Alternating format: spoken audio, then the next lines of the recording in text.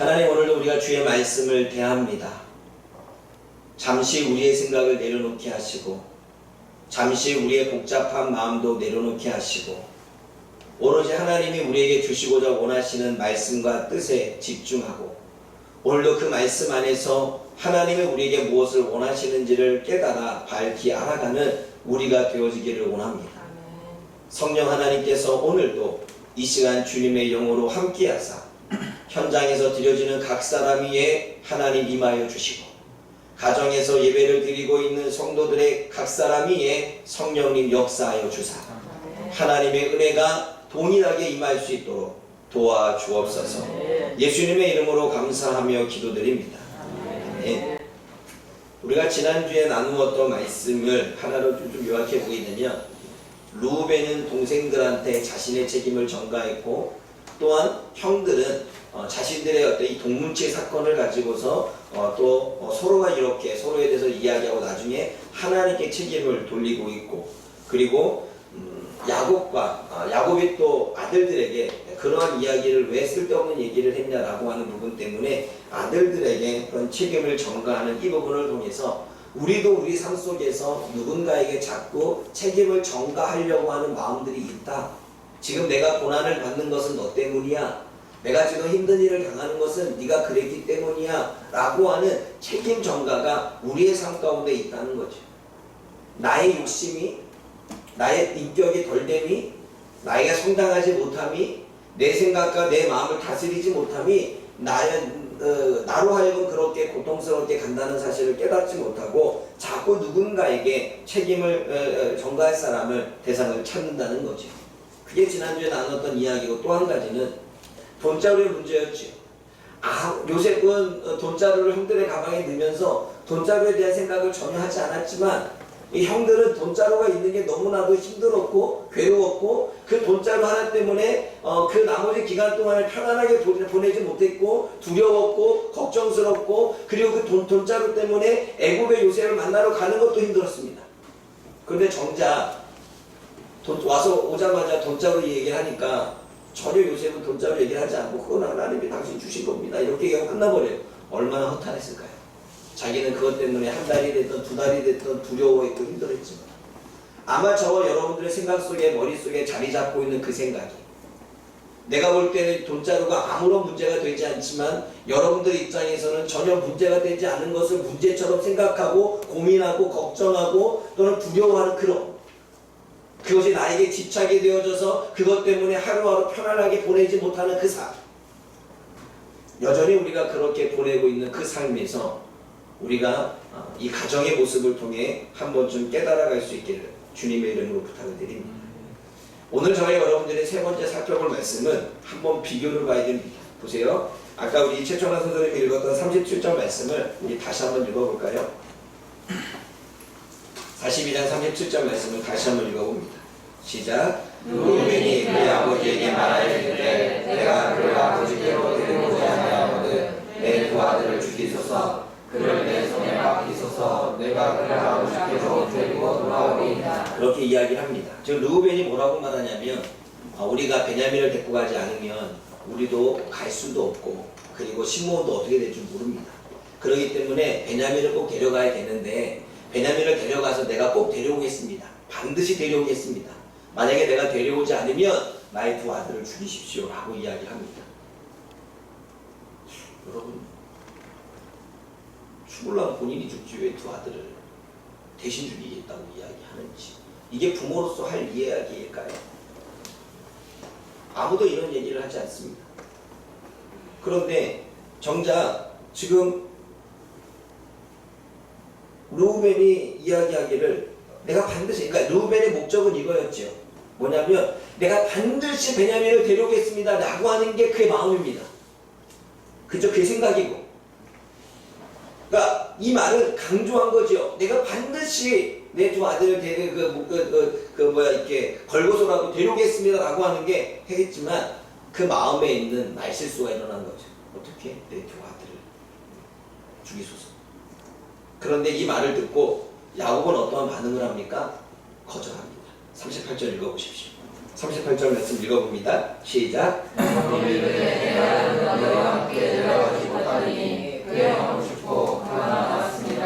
만일 너희가 가는 길에서 재난이 그에게 미치면 너희가 내 흰머리를 슬퍼하며 서로 내려가냐. 루벤의 말을 믿지 못하고 루벤이 그렇게 강하게 얘기하는 걸 듣지 않고 거절을 합니다.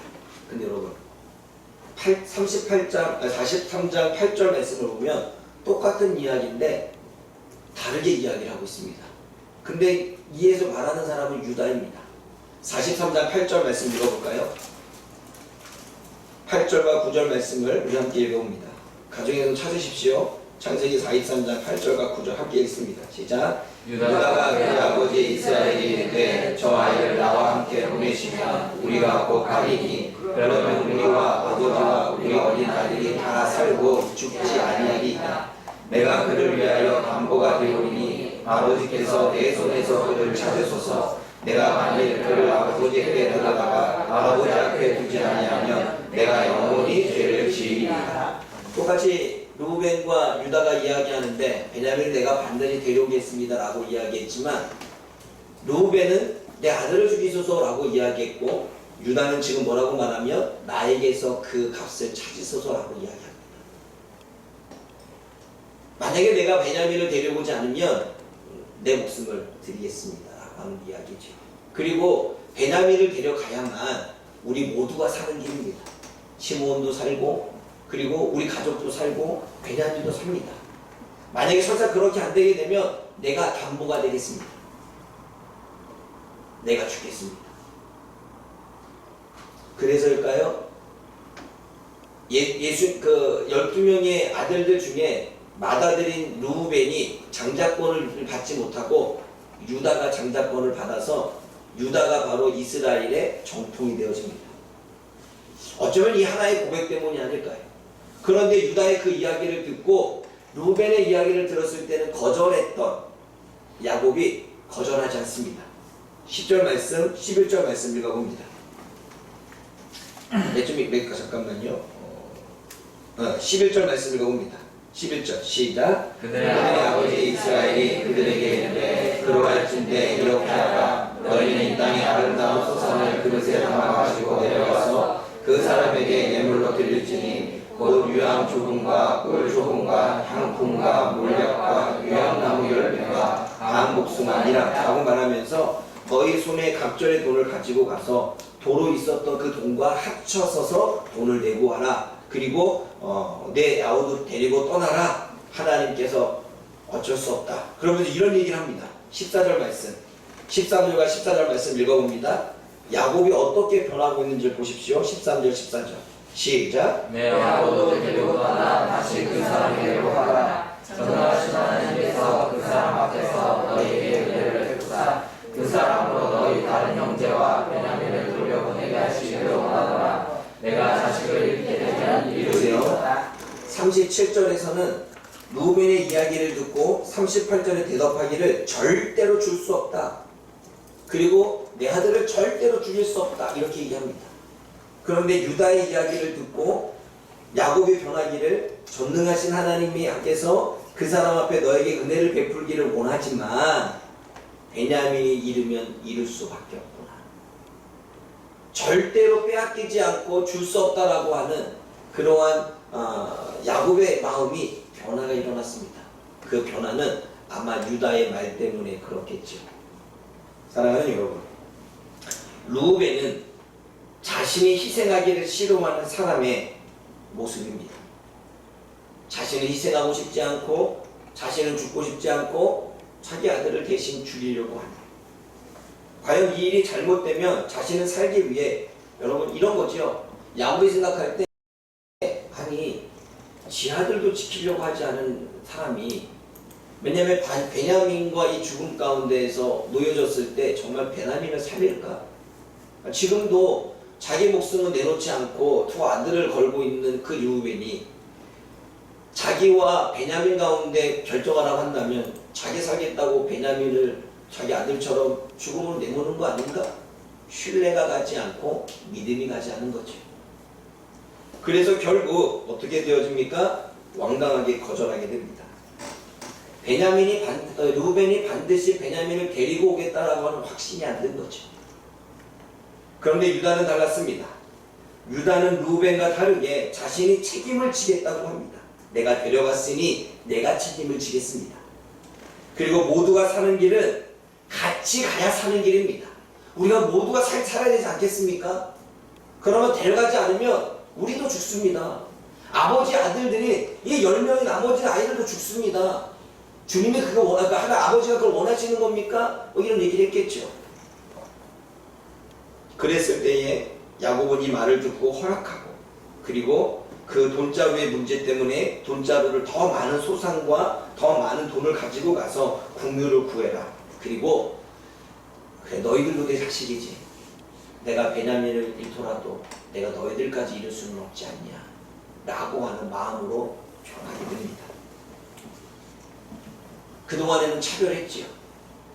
요셉과 베냐민과 나머지 10형제를 차별했지만 요셉은 잃어버린 걸로 알고 있고, 그리고 베냐민까지 잃어버리게 되면 힘들겠지만 그렇다고 10명의 자녀들까지 죽일 수는 없다라고 하는 이 부분의 마음이 야곱을 변화시킵니다.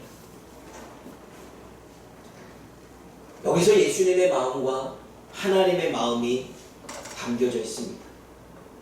유다는 내가 죽더라도 베냐민을 살리겠습니다. 베냐민을 죽이려 한다면 내가 담보가 돼서 내가 죽고 베냐민을 살릴 테니까 걱정하지 마시라. 마치 예수님이 하나님 앞에, 하나님 내가 이 백성을 위해서, 내가 이 백성의 죄들을 위해서 나는 죽고 이 백성들을 살리겠습니다 라고 하는 그 외침이 들리는 것처럼 보여집니다. 그리고 예수님은 정말 저와 여러분들 이 땅에 살아가고 있는 백성들을 위해서 자신의 목숨을 내어놓고 백성들을 살렸죠. 유다가 대신하여 죽겠다라고 하는 마음처럼 예수님은 대신하여 십자가에 죽으셨습니다. 이게 예수님의 마음이지요. 아버지 하나님의 마음은 무엇이냐면, 내가 나에게 소중한 하나밖에 남지 않는 나의 핏줄 중에 이 베냐민까지 절대로 빼앗길 수 없지만 내가 10명의 너희들을 살리고자 원한다면 어쩔 수 없이 그 아이도 잃으면 잃어야지. 내가 베냐민을 잃더라도 내가 너희를 살리겠다라고 하는 야곱의 아버지의 마음이 전해지는 것입니다. 이 땅에 베냐민을 내어주려고 했던 그 야곱의 마음은 상당히 힘들었고 상당히 가슴 아팠을 것입니다. 얼마나 거절했는지 우리는 잘 압니다. 그런데 기꺼이 10명의 자녀를 위해서 베냐민을 내어주지. 마치 독생자 예수님을 귀중하게, 소중하게, 아주 귀하게 여기는 하나님께서 저와 여러분들을 위해서 기꺼이 예수님을 이 땅에 보내주신 그 아버지의 마음이 야곱의 모습을 통해서 드러나고 있는 것입니다. 그러면 우리는 무엇을 깨달아야 될까요? 사랑하는 여러분, 자기 희생, 그것이 예수님의 모습이었고 예수님의 마음이었습니다. 그리고 그 마음이 바로 유다의 마음이었죠. 내가 죽더라도 내가 베냐민을 살리겠다라고 하는 그 마음이, 마치 에스더가 내가 이스라엘 백성들을 살리고 나는 죽겠습니다 라고 하면 죽으면 죽으리라 라고 하는 그 각오가 바로 유다의 마음이었고, 그리고 이 이스라엘을 살리고자 원하는 에스더의 마음이었고, 그리고 온 인류를 살리고자 원하는 예수님의 마음이었다는 것입니다. 내가 죽으면 죽으리라. 나는 죽고 다른 사람을 살리리라. 미라. 내가 죽어진 나를 통해서 새로운 열매와 꽃을 피겠다라고 하는 미랄이 예수님이 되신 것처럼 유다는 지금 그러한 고백을 하고 있는 것입니다. 성도가 가져야 될 마음은 자기 희생입니다. 그래서 예수님은 이런 말씀하시죠. 자기 십자가를 지고 나를 따를 것이니. 자기 십자가를 진다는 것은 자신의 고난을, 자신의 고통을, 자신이 져야 될 무거운 짐들을 지고 따른다라고 하는 부분이 되겠지요. 성도들은 자신이 십자가를 지고 예수님을 따라가야 됩니다. 그 중에 하나가 자기 헌신이겠죠. 헌신이라고 하는 말을 국어사전에서 자기 희생이라는 말을 다른 말로 말할 때 헌신일 것입니다. 그 헌신이라고 하는 것을 국어사전에 찾아보니 몸과 마음을 바쳐서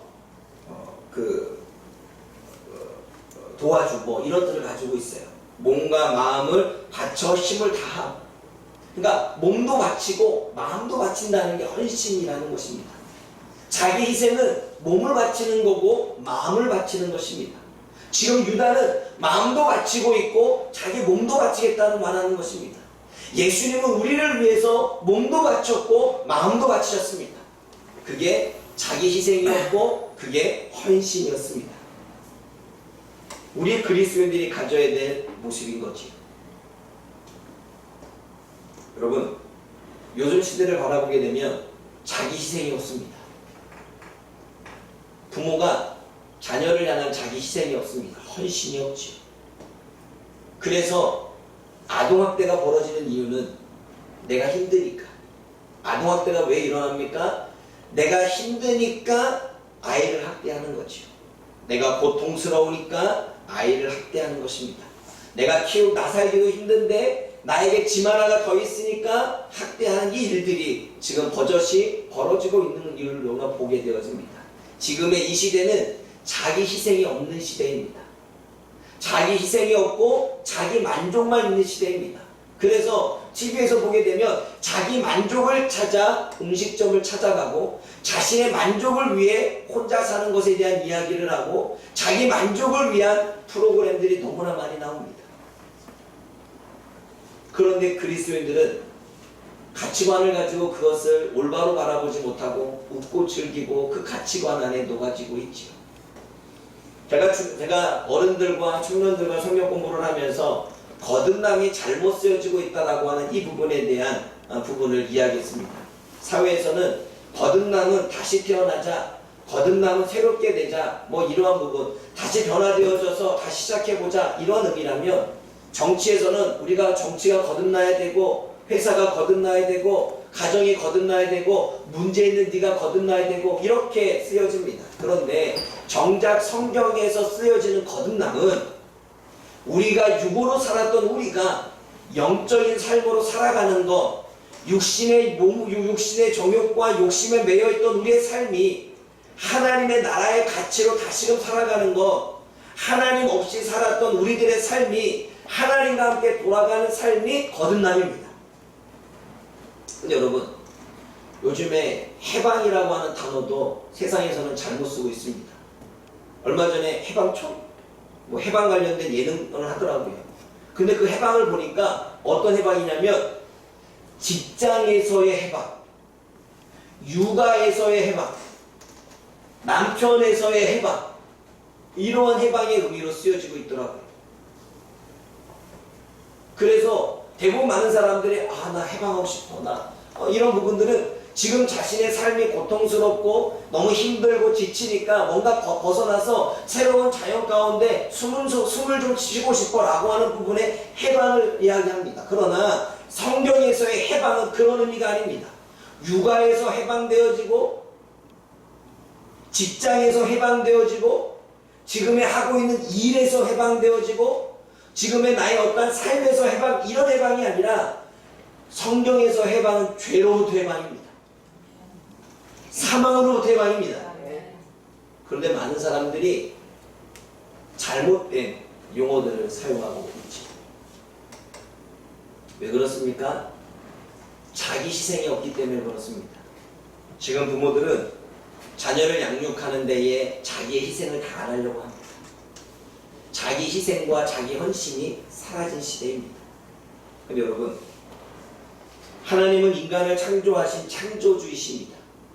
그 창조주는 창조주기 때문에 우리를 만드셨지요. 만드셨기 때문에 부모로서 자기 희생을 하신 분이 하나님이십니다. 우리를 창조하기에 끝까지 양육하고 책임지는 그 자기 헌신과 자기 희생을 부모로서의 하나님은 행하셨던 거죠.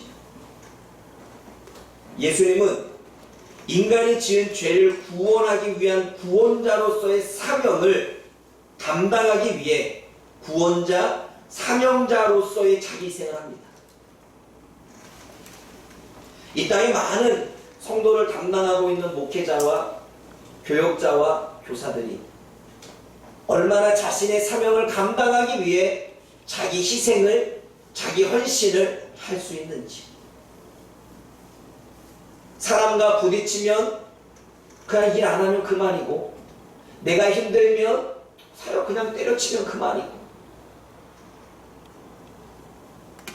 잘 따라주지 않으면 무엇인가 벗어나면 그만인, 마치 직장에서 해방되고 싶은 것처럼 내가 일 맞지 않으면 그만두면 되지.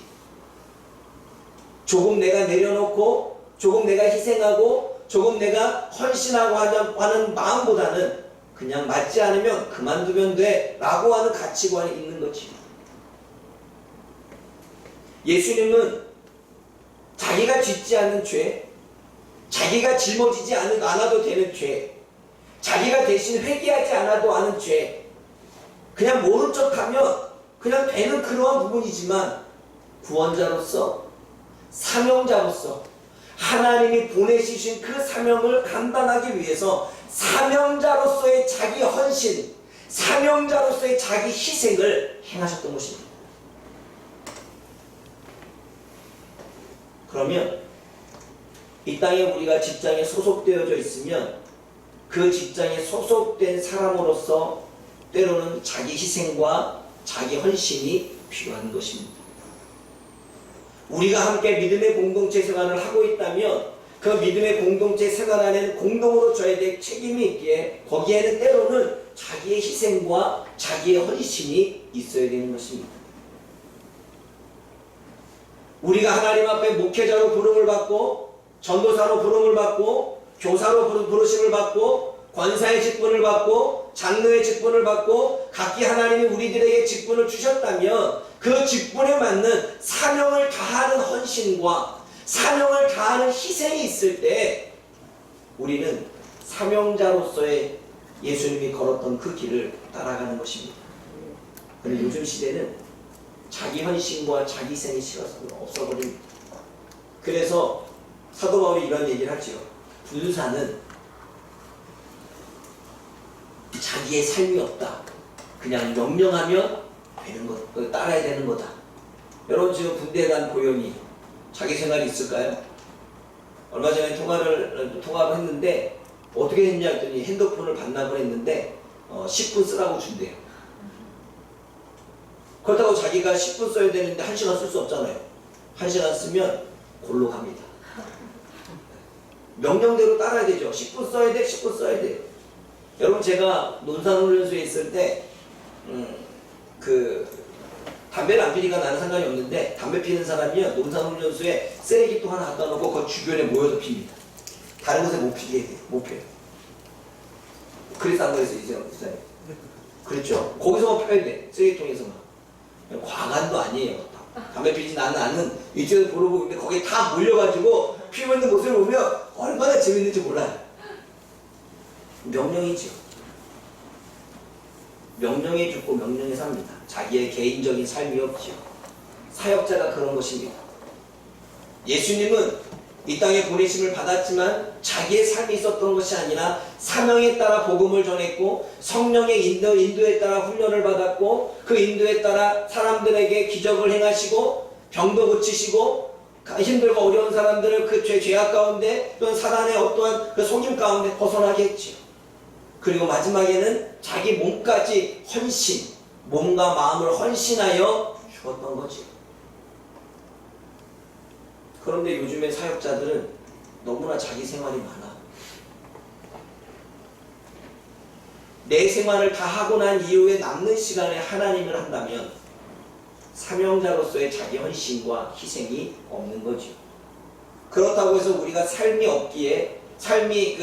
있기에 삶을 외면한 채 우리가 할 수는 없겠죠. 그러나 우리의 사고와 가치관의 우선순위 문제지. 이 부분은 고스란히 이기적으로 나옵니다. 이기적으로 나오니까 사람들과 관계 속에서도, 공동체 관계 속에서도, 직장 안에서의 어떠한 사람들과의 모임 속에서도 나를 희생하고 나를 헌신하려고 하는 마음들이 사라집니다. 자신의 만족을 위해서, 자신의 이익을 위해서 행하려고 하는 사람들이 너무나 많지요. 지금 이 시대는 하나님과 예수님이 보셨던 자기 희생과 자기 헌신이 사라진 시대입니다. 성령님은 어떠십니까? 말씀으로 영혼을 천국으로 인도해야 될 인도자, 가이드로서의 자기 희생과 헌신을 지금도 하고 계시지.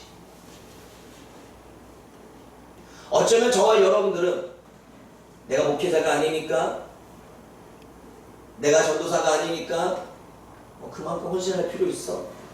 성령님은 영혼들을 진리 안으로 인도해서 그 천국으로 이끌어 가야 될 인도자, 가이드로서의 사명을 감당하고 있고 희생을 하고 계십니다. 그러면 이 땅에 먼저 구원받은 우리들은 구원받지 못한 자들을 천국으로 인도해야 될 가이드로서의 자기 희생과 헌신이 필요한 것입니다. 그러나 얼마나 이기적이라면, 나는 구원을 받았기에, 내 가족은 구원을 받았기에 더 이상 주변의 사람들이 구원을 받는 것에 대한 관심이 우리들의 생각 속에는 사라졌습니다. 그래서 코로나19가 핑계가 되어지고, 나의 시간 없음이 핑계가 되어지고, 내 개인적인 생활이 핑계가 되어져서 복음을 증거하고 영혼을 구원하는 그 일에 우리는 어느 정도의 희생과 헌신이 사라진 그러한 삶을 살아가고 있습니다. 가면 갈수록 더하지 덜하지는 않겠죠. 부모로서의 자기 희생과 자기 헌신, 사명자로서의 자기 헌신과 자기 희생, 또는 인도자 가이드로서의 자기 헌신과 자기 희생이 이 시대에 절실하게 필요한 시대입니다. 사랑하는 여러분, 예능 프로그램을 보면서 웃고 즐기기만 즐기기만 되는 것이 아니라 그 안에 녹아져 있는 세상적인 가치관, 자기 만족 가운데 빠지게 하는 가치관, 자기 희생과 자기 헌신이 없도록 만들어지게 만드는 그 가치관, 욕심과 정욕, 먹는 일과 마시는 일과 즐기는 일에 계속 그 이익을 주려고 하는 그 나름대로의 가치관에 우리가 녹아지고 빠지는 것이 아니라 그것을 말씀으로 옳게 분별하여 우리는 세상이 그렇게 간다 할지라도 우리는 희생과 헌신으로 예수님이 걸어가셨던 그 성품을 닮아가는 부분으로 우리의 직장에서, 우리의 학교에서, 우리의 모임에서, 우리 공동체에서, 우리 교회 안에서 이러한 것들을 이루어 가야 될 줄 믿습니다. 아멘. 아멘. 아멘. 자기 희생과 헌신이 필요합니다. 그러면 야곱도 지금 자기 헌신과 희생을 하는 거예요. 자기에게 가장 소중한, 자신이 정말 그 누구의 반대를 그 요구에도 무릅쓰고 거절했던, 처음부터 끝까지 나는 베냐민을 보내지 않을 거야 라고 했던 그 고집스러움과 그 집착, 자기 자신을 내어드리겠다라고 하는 유다의 이야기를 듣고, 아, 내가 이러면 안 되겠구나. 한 명도 중요하지만 10명도 소중하구나. 그러면 내가 죽고, 죽는다 할지라도 내가 10명은 살려야 되겠구나. 그것도 자기 희생과 헌신, 소중한 것들을 내버리는, 자신에게 중요하다고 생각한 것을 내어버리는, 왜냐하면 그것을 내어버림으로 다른 사람을 살 수 있다. 고집스럽게 집착했던 나의 욕심을 내어버렸을 때에 다른 사람이 살 수 있다면, 내가 자꾸 이 말실수하는 부분 때문에 여러 사람을 상처한 이 부분을 내가 내려놓고 다른 사람을 살릴 수 있다면, 내 생각에 내 옳다 속에 살아왔던 그 자기 고정관념을 내가 좀 버림으로 내가 다른 사람을 살릴 수 있다면, 기꺼이 자기에게 소중하고 귀중한 것들을 내어버릴 수 있는 야곱과 같은 그러한 마음이 우리에게 필요하지 않을까요? 그러므로 사랑하는 여러분, 자기 희생과 헌신은 내가 죽을 때 가능한 것입니다. 나는 죽고 내가 너를 살릴 거야. 마치 예수님처럼 나는 죽고 인류를 살릴 거야 라고 하는 이 마음이 예수님의 사랑이고 아버지의 마음입니다. 그러면 우리는 정작 영혼들을 위해서 내가 너는 살리고 내가 죽을게. 이 마음이 있어야 되는 거예요. 그런데 요즘의 세상은 너는 죽고 나는 살 거야. 루벤과 같이. 너는 죽고 나는 살아. 너는 가난해. 난 내가 부자이면 돼. 너는 그렇게 살아. 그러한 시대 속에 우리가 살아가고 있지. 그러고 사랑하는 여러분, 성경으로 돌아옵시다. 하나님의 말씀으로 돌아옵시다. 에스더처럼 죽으면 죽으리라. 예수님처럼 나는 죽고 내가 너를 살리겠다. 그러므로 전도할 때에는 그냥 전도지에 죽는 게 아니라 내가 오늘 너를 살리고 나는 죽겠다. 그런 마음이 있을 때 말씀이 들어가는 겁니다. 내가 오늘 사역을 할 때에 성도들 한 가정 한 가정 살리고 죽겠다라고 하는 마음이 전도사님의 마음속에도 있어야 되는 것입니다. 사랑하는 여러분, 그리고 가정에서 예배를 듣고 또 말씀을 듣는 여러분, 나는 죽고 내 주변을 살릴 수 있기를 원합니다. 나를 죽으면 내 욕심이 죽을 것입니다. 내 정욕이 죽을 것이고 내가 하고 싶은 일도 죽을 것이고 내 비전과 꿈도 죽을 것입니다. 그런데 정작 죽었더니 정말 끝이 아니라 사도 바울이 나는 내일 날마다 죽노라 그랬잖아요. 나는 날마다 죽노라. 날마다 죽었더니 날마다 살았던 사람이 사도 바울이었어요. 날마다 죽은 것은 그의 육신이 죽었기에 그의 영이 살아났지요. 그러므로 사랑하는 여러분, 날마다 저와 여러분들의 육이 죽고 저와 여러분들이 죽는 자의 모습으로 헌신과 희생의 마음으로 살아간다면 우리 주변의 많은 사람들은 살아나기 시작할 것입니다. 그 영혼들의 행복을 누리게 될 것입니다. 그리고 그들은 하나님을 만나게 될 것입니다. 그리고 그들은 다른 인생을 살게 될 것입니다. 그러므로 오늘 루벤과 야곱의 모습을 통해 헌신하기를 싫어하는 우리들의 모습, 자기 희생을 갖고자 원하는 자기 희생이 원하지 않는 우리들의 모습, 다른 사람은 죽고 나만 살면 되겠다라고 하는 그 모습, 다른 사람은 죽든지 맞든지 나는 오늘 먹고 마시고 생활하면 되겠다라고 하는 그 생각들, 그 모든 것들을 버리고 예수님의 마음으로, 그리고 하나님이 어떻게 예수님을 이 땅에 보내셨는지 그 마음으로 되돌아가 우리가 주님의 마음을 가지고 살아갈 수 있는 저와 여러분들 되어지기를 주님의 이름으로 부탁을 드리겠습니다. 기도하겠습니다. 사랑의 하나님 아버지, 참으로 감사합니다. 오늘도 루벤의 고백과 유다의 고백을 통해 우리는 무엇을 깨닫습니까? 그리고 유다의 고백을 통하여 그의 생각과 마음이 변했던 야곱을 통해 하나님 우리는 또 무엇을 느껴야 됩니까? 베냐민을 놓아주고 싶지 않았던 야곱이 변했던 것은 10명의 소중함을 알았기 때문에 그는 자기 거를 내어놓을 수 있었습니다. 유다가 모두가 살기 위해서, 그리고 그 베냐민이 살기 위해서라면 내가 주겠습니다라고 하는 그 각오와 결단이 있었기에 하나님 모두가 살 수 있는 은혜가 그 가정에 주어졌습니다.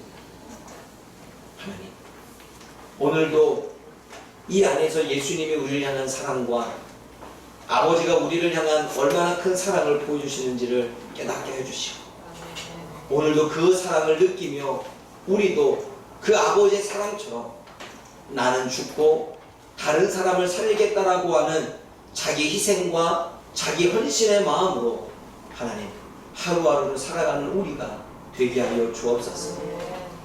날마다 우리가 살아나기에 그것은 잘못됐다라고 이야기를 하고, 날마다 우리가 살아있기에 그것은 아니라고 말하고, 날마다 우리가 살아있기에 자기 만족과 자기 욕심을 채우고자 원하는 우리들의 모습들을 보게 되어집니다. 날마다 나는 죽고 내 안에 예수 그리스도가 살아나듯 매일같이 우리들은 죽고 내 안에 성령님께서 살아나시고 내 안에 하나님의 사랑이 살아나서 우리 주변을 살릴 수 있는 우리 모두가 되게 하여 주옵소서. 예수님의 이름으로 감사하며 기도드립니다. 아멘.